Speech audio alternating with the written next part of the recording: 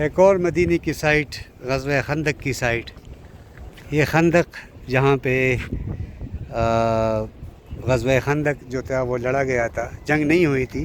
5 kilometre لمبی ایک خندق بنائی گئی تھی.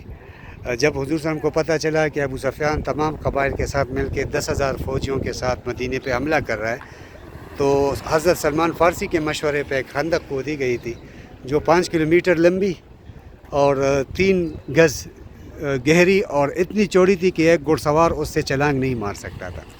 تو یہ پوری ایک خندق تھی جہاں پہ کھود کے مدینے کو ڈیفینڈ کیا گیا تھا، اور مدینہ اس وجہ سے ڈیفینڈ ہو گیا تھا.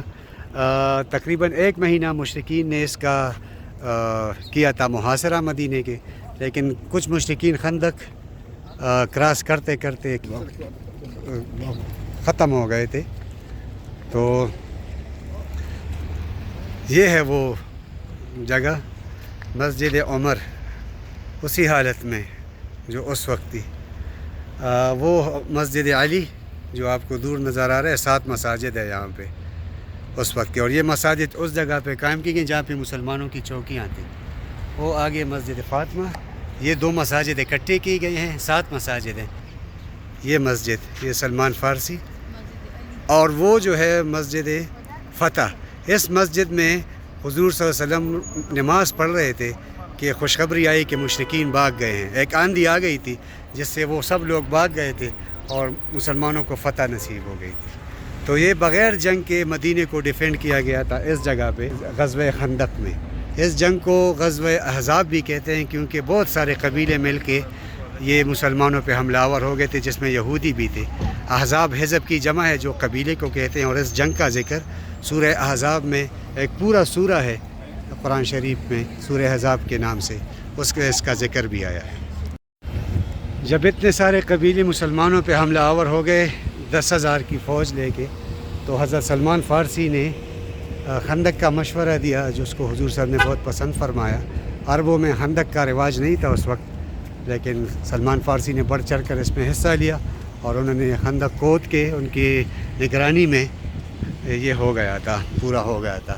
اس پہ حضور نے فرمایا تھا، لوگ کہہ رہے تھے سلمان فارسی ہمارے ہیں، مہاجر کہتے تھے، انصار کہتے ہیں ہمارے ہیں، کیونکہ وہ بہت جوش و خروش سے کام کر رہے تھے اس میں. اس پہ حضور نے فرمایا کہ نہیں، سلمان فارسی میرے اہل بیت میں سے ہے.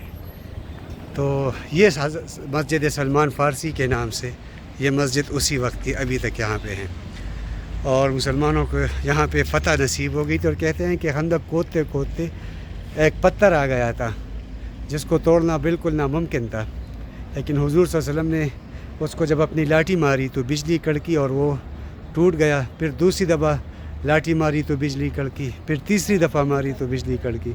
اس پر صحابہ نے پوچھا حضور صلی اللہ علیہ وسلم سے کہ آپ کی لاٹھی کے ساتھ بجلی کیسی کڑکی؟ تو حضور نے فرمایا کہ پہلے جب میں نے لاٹھی اٹھائی اور بجلی کڑکی تو میں نے یمن کو دیکھا جس کو مسلمان فتح کر رہے ہیں. پھر دوسری دفعہ جب میں نے دیکھا تو شام کا علاقہ فتح کرتے دیکھا، اور پھر جب تیسری دفعہ بجلی کڑکی تو میں نے دیکھا کہ ہم ایران اور کسرا کے علاقوں کو فتح کر رہے ہیں. سبحان اللہ. یہ ہے وہ جگہ جہاں پہ لڑائی لڑی گئی تھی غزوہ خندق کی. ایک مشرک تھا، بہت سورما تھا، عمروں کے نام سے، انہوں نے خندق کراس کی تھی، اور اس نے چیلنج کیا تھا مسلمانوں کو کہ آئیں اور میرے ساتھ کوئی لڑائی لڑ سکتا ہے. اس پر حضور نے کہا کہ کون اس کا مقابلہ کرے گا؟ تو حضرت علی تہوں آگے آئے. حضور صاحب نے ان کو منع کیا. پھر جب دوسری دفعہ کہا تو پھر حضرت علی آئے. جب تیسری دفعہ کہا پھر حضرت علی آئے.